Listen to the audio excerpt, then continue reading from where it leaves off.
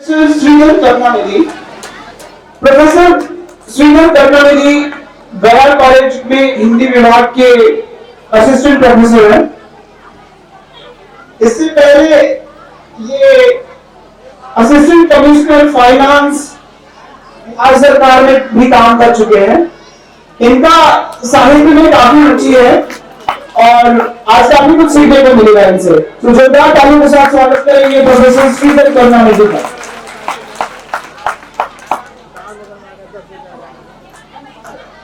बहुत बहुत आभार आप लोगों का कि आप लोगों ने मुझे यहाँ आमंत्रित कर किया और इस लायक समझा कि मैं यहाँ से वक्तव्य दे सकूं।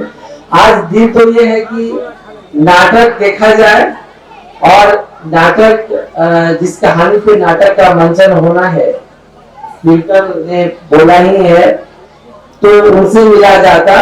हम लोग वक्ता बीच में आ गए हैं आप लोगों के। बहुत बहुत आभार आप सबों का और इस आयोजन करता रविकांत जी का, इस पूरी टीम का, यूनिटी का। मैं तो अभिभूत हो देख करके ऐसे आयोजन गांव में मैंने ना के बराबर देखे। मैं अपने शुरुआती दौर में जब गांव में था अध्ययन के पहले, तो वहाँ ऐसे आयोजन हुआ करते थे। दशहरे में हमारे यहाँ नाटक का आयोजन होता था और वहाँ पे सारे लोग, बच्चे बड़े सभी लोग नाटक करते थे। जैसा कि अभी एक सर ने, वक्ता ने कहा कि वो पहले यहाँ इस ढंग से मंच पे आते थे, उसकी तैयारी करते थे, बांस बल्ले लेके आते थे। तो ये सब चीजें पहले हुआ करती थी। हमारा समाज ऐसा था जहाँ सामूहिकता ज्यादा थी। अब ऐसा वक्त आ गया है जब सामूहिकता का धीरे धीरे लोप हो रहा है। हमारे गांव से, समाज से देखेंगे धीरे धीरे मेले भी खत्म होते जा रहे हैं और अब धीरे धीरे एक पूंजीवादी समाज जिस ढंग से मॉल कल्चर या बाजार, पूरी दुनिया ही बाजार बन गई है कि हम कोई सामान चाहें तो अमेज़न यहाँ पर भी हमें वो डिलीवर कर सकता है। तो हमें बाजार की जरूरत भी नहीं रही, हमें सामूहिकता की जरूरत भी नहीं रही। हमारे पास मनोरंजन के साधन इतने हो गए हैं कि हम सभी एक जगह इकट्ठे होकर के मंच पे कोई नाटक देखें, कोई अपनी सामाजिक कृति। मैं तो ये मानता हूँ कि नाटक भी एक तरह से हमारी सामूहिक कृति है, क्योंकि हम जब नाटक का आयोजन करते हैं, देखते हैं, तो किसी न किसी नाटक रचना पे, कहानी पे होती है। और जब हम पूरा हिंदी साहित्य की बात अगर करें तो हम देखेंगे कि हमारा इतिहास ऐसे साहित्यकारों से भरा पड़ा है जो खुद भी नाटक रचते थे और खुद भी मंचन करते थे। जो हिंदी, खड़ी बोली हिंदी की शुरुआत जब मानते हैं हम लोग भारतेंदु हरिश्चंद्र के समय से, वहां से ही वो सामूहिकता का उदय होता है। हमारे सारे समाज सुधार, हमारे समाज में जितनी भी समस्याएं थी, उन सबों को नाटक या उसके रूपों में बांधा गया, कहानियों में लिखा गया और उनका जनता के बीच वो ले जाकर के चीजें दिखाई गई।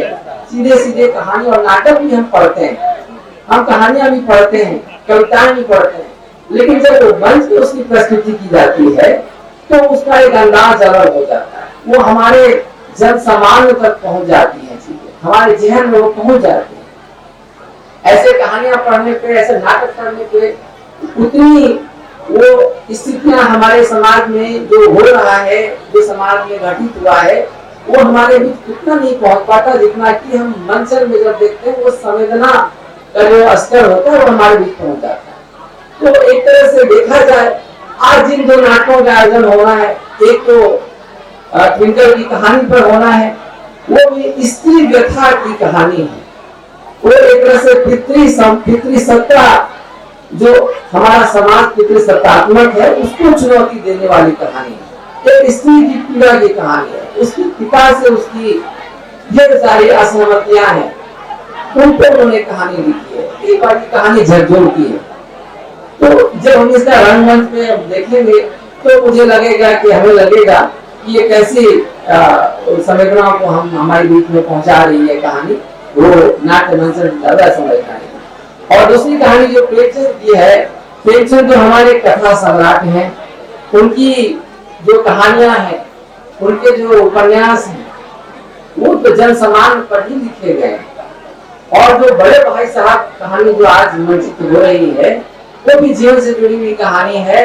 पढ़ाई जो आज संयोग ऐसा है कि हम विद्यालय में मौजूद हैं और विद्यालय में एक कार्यक्रम हो रहा है और हमारी शिक्षा व्यवस्था ऐसी है जहाँ पर कि हमें रटन की विद्या ही सिखाई जाती है, हमें डिग्री लेना ही सिखाया जाता है।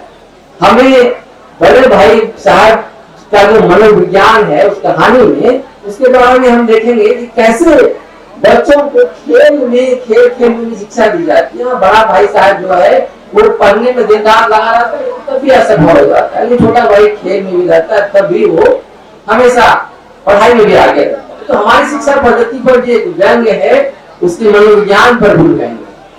तो एक तरह से हम देखेंगे जो विषय हमारा आज था कि रंगमंच, साहित्य और जीवन, तीनों का एकदम अन्योन्याश्रय संबंध है। तीनों का जुड़ाव हमारे जीवन से ही है और जीवन का जुड़ाव हम मनुष्यता से, हम सामूहिकता से, सारे समाज से है।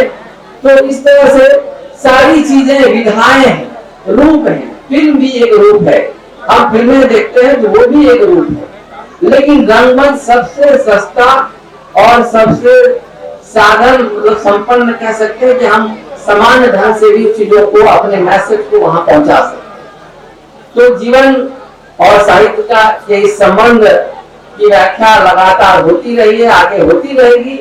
लेकिन सबसे महत्वपूर्ण ये है कि हम वक्तव्य न दें, हम सीधे नाटक पर आए और नाटक और वक्ता के बीच में जो अभी ये था हम उनको समाप्त करते हुए हम सीधे नाटक पर आते हैं।